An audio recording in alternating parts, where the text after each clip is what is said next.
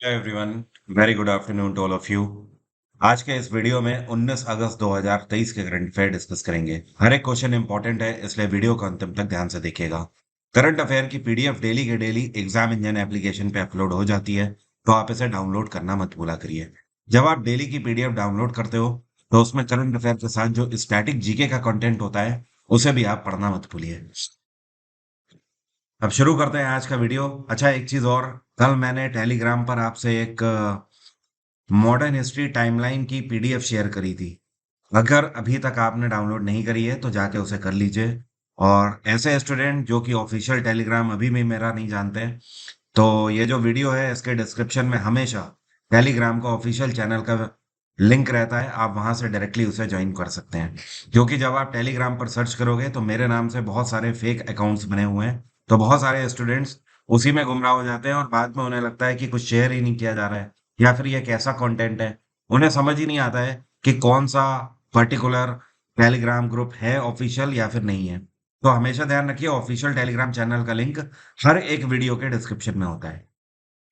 पहले बात कर लेते हैं कल के क्वेश्चन की।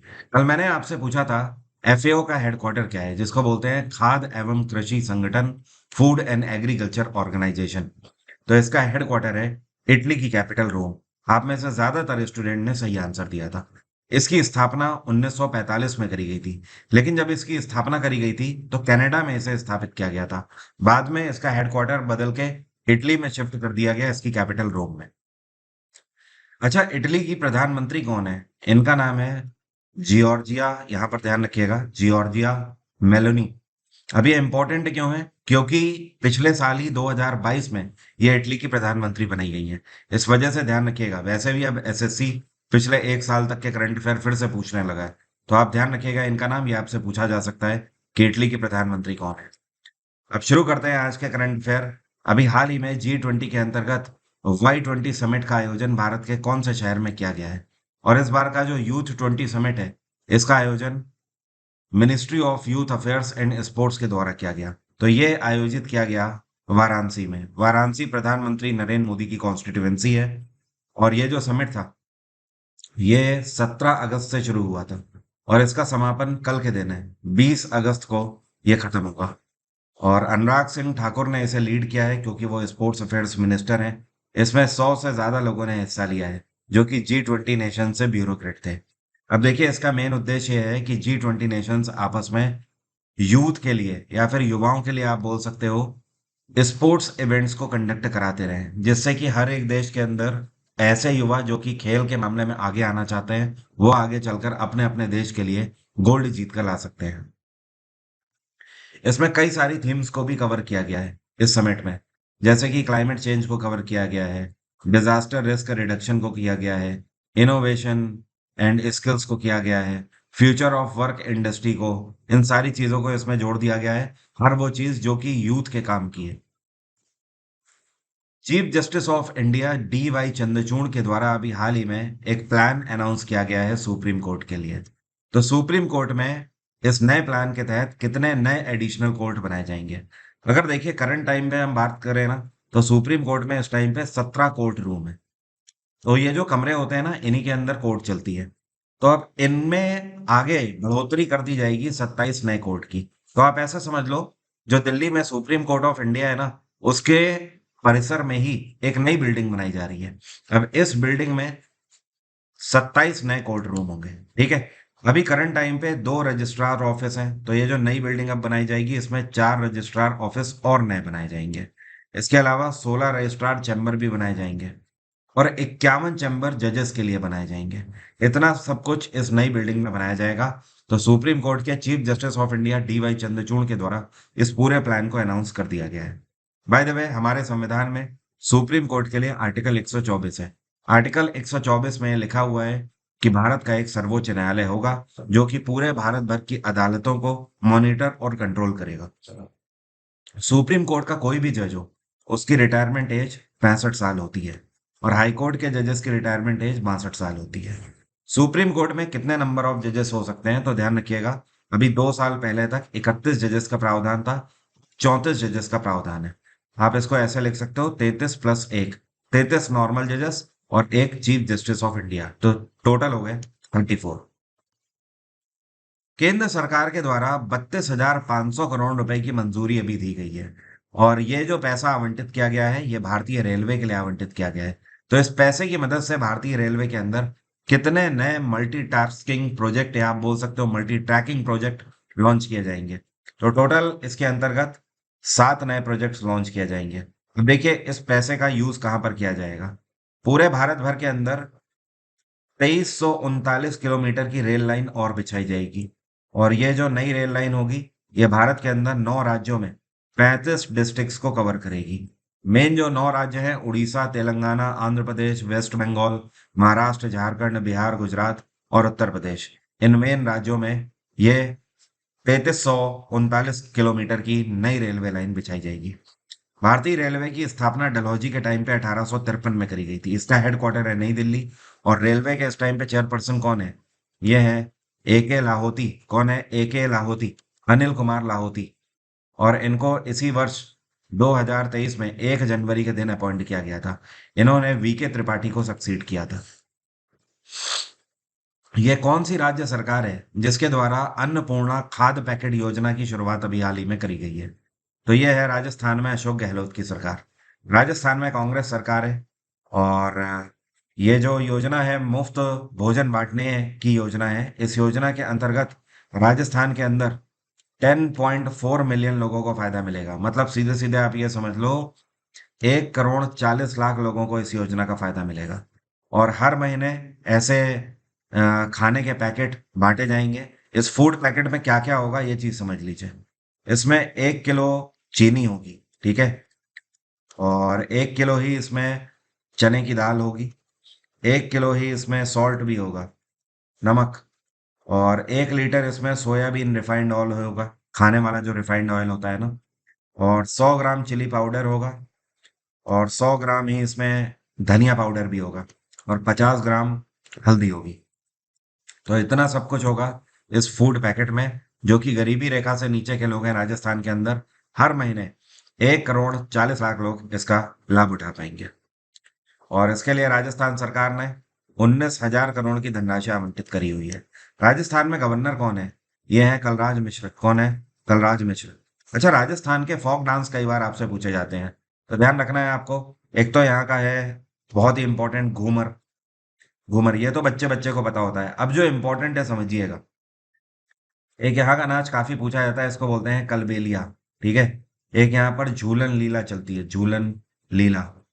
एक यहाँ पर नाच चलता है जिसको बोलते हैं घनघोर। ये सब फोक डांस है राजस्थान के। भारत की सबसे लंबी दूरी तक की मारक क्षमता वाली रिवॉल्वर अभी हाल ही में लॉन्च करी गई है। इस रिवॉल्वर का नाम क्या है? तो इसका नाम है प्रबल। प्रबल नाम की जो रिवॉल्वर है, यह कानपुर में स्थित एडवांस वेपन्स इक्विपमेंट इंडिया के द्वारा बनाई गई है। इस रिवॉल्वर की खास बात यह है कि अभी तक यूजुअल जो रिवॉल्वर होती थी, वो 20 मीटर तक मारक क्षमता रखती थी। लेकिन इससे आप टारगेट एम कर सकते हो 50 मीटर तक का। तो दुगने से भी ज्यादा की इसमें बढ़ोतरी हुई है। साथ में इसका जो वजन है, ये बिना कारतूस के 700 ग्राम का वजन है। बाकी कारतूस के साथ अगर मिला दें तो 800 से 850 ग्राम का वजन करीब करीब इसका जाकर बैठेगा। तो ये बनाई गई है जिसका नाम है प्रबल। पेपल जो कंपनी है, इसके नए सीईओ के रूप में किसको अपॉइंट किया गया है? तो ये जो आपको पिक्चर में दिख रहे हैं, इनका नाम है एलेक्स क्रिस। अब से ये नए सीईओ होंगे पेपल के। वैसे सितंबर के महीने में पदभार संभालेंगे। और ये किसकी जगह ले रहे हैं?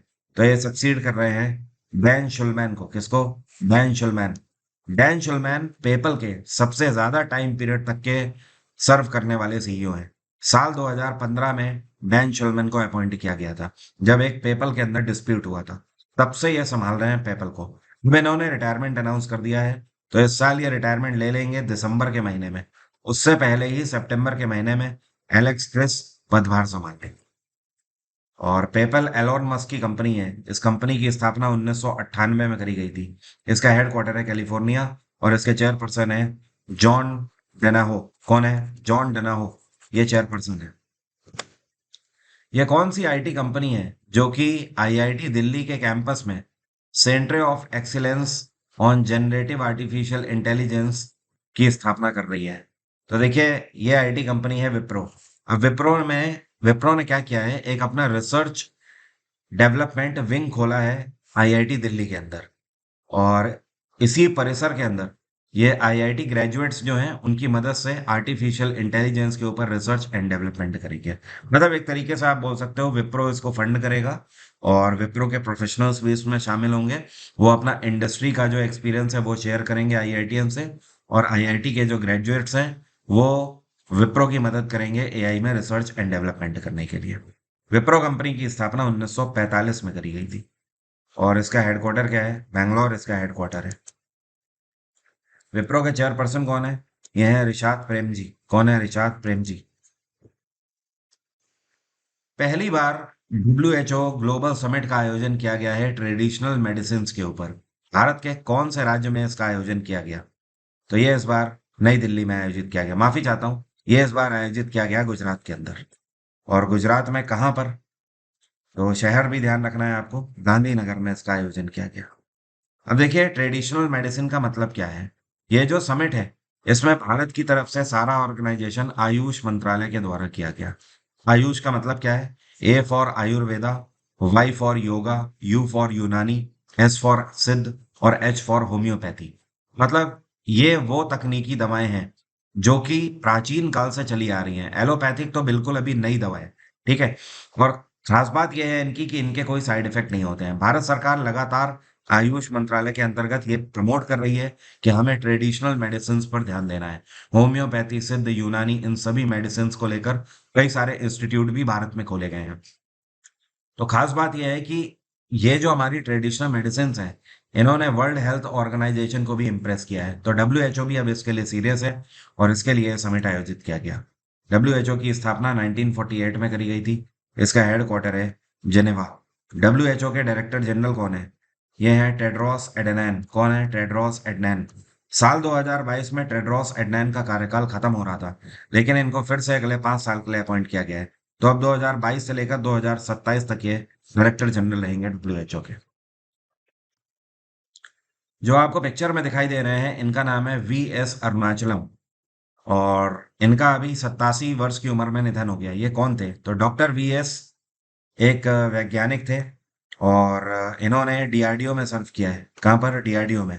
ये डीआरडीओ के केवल एम्प्लॉय ही नहीं, डायरेक्टर जनरल भी रह चुके हैं। और इसके अलावा ये डिफेंस मंत्रालय में साइंटिफिक एडवाइजर के तौर पर भी कार्य कर चुके हैं। और एक अच्छा खासा कार्यकाल 1982 से लेकर 92 तक पूरे 10 साल ये एडवाइजर के तौर पर भी कार्य कर चुके हैं सरकार में।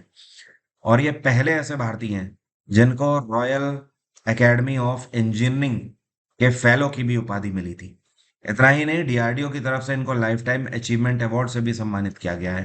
भारत सरकार की तरफ से शांति स्वरूप भटनागर अवार्ड, पद्म भूषण अवार्ड और पद्म विभूषण अवार्ड से भी सम्मानित किया गया है। मतलब एक बहुत बड़ा नाम डॉक्टर वी एस अरुणाचलम, जिनका अभी हाल ही में निधन हो गया। ये कौन से यूनियन मिनिस्टर हैं जिनके द्वारा अभी हाल ही में दो तरीके की बुक्स लॉन्च करी गई हैं? कुवी और देसिया बुक्स। तो ये यूनियन मिनिस्टर हैं धर्मेंद्र प्रधान और निर्मला सीतारमन। दोनों ने मिलकर नई किताबें लॉन्च करी हैं, कुवी और देसिया, लैंग्वेज के आधार पर। देखिए कुवी और देसिया दोनों ट्राइबल कम्युनिटीज के द्वारा बोली जाने वाली भाषाएं हैं और इन भाषाओं का यूज उड़ीसा के अंदर किया जाता है। उड़ीसा की जनजातियां इसका यूज करती हैं। तो उड़ीसा के अंदर कुवी और देसिया बोलने वाले जो बच्चे हैं उनकी एनसीईआरटी की किताबों में ये फेरबदल किया गया है। मतलब एनसीईआरटी के द्वारा इन भाषाओं में प्रिंटिंग करी गई है, तो उनमें ध्यान में रखकर कि ट्राइबल कम्युनिटीज के वेलफेयर के लिए। एक किताब अभी हाल ही में और लॉन्च करी गई थी, इसका नाम है कारगिल एक यात्री की जुबानी। ये किताब किसके द्वारा लिखी गई थी? ऋषि राज। किसकी? ऋषि राज की किताब है, ध्यान रखना। कितने ऐसे भारतीय युवा हैं जिनको 2023 के international young eco hero award से सम्मानित किया गया है? तो टोटल ये 5 युवा हैं जिनको सम्मानित किया गया है। पूरे दुनिया भर से अगर बात करें तो 17 युवाओं को सम्मानित किया गया है international young eco hero award से, जिसमें से 17 में से 5 भारतीय हैं। ये गर्व की बात है।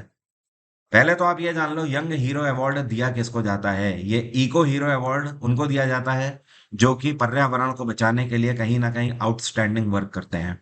अब इनमें से 5 लोग कौन हैं भारतीय? तो ये जो आपको पिक्चर में दिख रही हैं इनका नाम है ईहा दीक्षित। कौन है? ईहा दीक्षित। ये जो आपको पिक्चर में दिखाई दे रहे हैं इनका नाम है निर्वाण सोमानी। ठीक है। और ये जो आपको पिक्चर में दिख रही हैं, इनका नाम है मन्नत कौर। ये जो आपको पिक्चर में दिख रही हैं, इनका नाम है मान्या हर्षा। क्या नाम है? मान्या हर्षा। और ये जो आपको पिक्चर में दिखाई दे रहे हैं, इनका नाम है कर्नव रस्तोगी। जो ईहा दीक्षित हैं, ये मेरठ से बिलोंग करती हैं। और निर्वाण नई दिल्ली से बिलोंग करते हैं। मन्नत कौर भी नई दिल्ली से बिलोंग करती हैं। और कर्नव रस्तोगी जो हैं, ये मुंबई से बिलोंग करते हैं। और ये बिलोंग करती हैं हर्षा बैंगलोर से। अभी हाल ही में चिंगम महोत्सव कहाँ पर मनाया गया? चिंगम महोत्सव हर वर्ष मनाया जाता है कहाँ पर? ये मनाया गया केरल में। और आपको पता है चिंगम महोत्सव केरल के अंदर एक तरीके से न्यू ईयर के रूप में मनाया जाता है। ये मलयालम नव वर्ष है। तो एक तरीके से केरल में मलयालम कल्चर के आधार पर जितने भी मलयाली हैं, उनके लिए वर्ष की शुरुआत इसी दिन से होती है। और इसको मनाया गया 17 अगस्त के दिन। हर वर्ष 17 अगस्त को ही इसको मनाया जाता है। और इसी के बाद से एक नई फसल उगाई जाती है और पुरानी फसल काट ली जाती है यहाँ पर। अब मेरा आज का सवाल आपसे, आप में से कितने लोग बता सकते हैं 2022 से 23 के सीजन में भारत में जो घरेलू क्रिकेट मैचों का आयोजन किया गया है, उसके लिए टाइटल स्पॉन्सर कौन थे? मास्टर कार्ड, बाइजूस, जेएसडब्ल्यू या टाटा? कमेंट बॉक्स में लिखकर बताइए। एग्जाम इंजन एप्लीकेशन डाउनलोड नहीं किया है तो आप डाउनलोड कर लीजिए। 2023 के किसी भी एग्जाम के लिए, अब तो आपका मेंस भी लगा हुआ है, तो मेंस की डेट आ गई है। अगर आपने नहीं देखी है तो देख लीजिए, अक्टूबर के आखिर में आपका लगा हुआ है। आपके पास सीधे सीधे बस 2 महीने का समय है। तो आप इस पूरे फाउंडेशन बैच को रिकॉर्डेड बेसिस पर अवेल कर सकते हो। इसके अलावा आपका कुछ भी जीएस बचने वाला नहीं है, इसमें सब कुछ मैंने कवर किया हुआ है। बाकी रही बात करंट अफेयर की, तो वो तो यूट्यूब पर पूरे ही हो जाएंगे। मैराथन आपके एग्जाम से पहले आ जाएगी, क्वेश्चन प्रैक्टिस भी वहां पर मैं करवा दूंगा। और ऐसे स्टूडेंट जिनका अभी जीएस में बिल्कुल भी बेड़ा गर्क है, कुछ भी आपको नहीं कॉन्फिडेंट है, आपको पता नहीं है कि आगे क्या होने वाला है, और वेटेज तो आपको पता ही है मेंस में कितना हो गया है, तो इस वजह से ये बैच रिकमेंडेड है। आप हर एक बैच में 10% का डिस्काउंट अवेल कर सकते हो मेरा कोड लगाकर। ये कोड सामने है, वरुण 10। और एग्जाम इंजन में 2024 के एग्जाम के लिए अगर आप लाइव बैच ज्वाइन करना चाहते हैं तो नया बैच ये वाला है। और recorded history batch, recorded polity, recorded science batches, इन सबको भी आप अवेल कर सकते हो। अगले महीने अगर आप एमटीएस देने जा रहे हैं तो उसका भी ऑप्शन आपके पास अवेलेबल है। आप ये सारे रिकॉर्डेड बैचेस अवेल कर सकते हो। आज की बात यहीं तक रहेगी। Thank you so much. Have a nice day. Take care. Bye bye. आपका दिन मंगलमय हो।